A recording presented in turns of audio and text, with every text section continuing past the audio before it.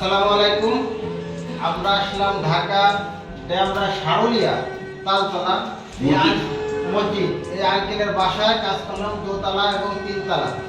এই যে বেডটা করলাম, এই যে ডিজাইনটা করলাম, তো ভিতরে ডেকোরেশনের কাজও করছি।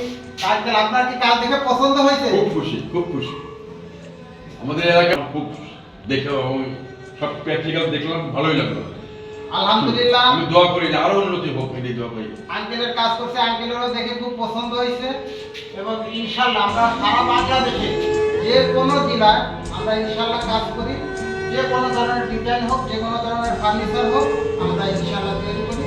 কোনো সমস্যা নেই, আপনাদের কারো প্রয়োজন হবে যোগাযোগ করবেন ইনশাল্লাহ।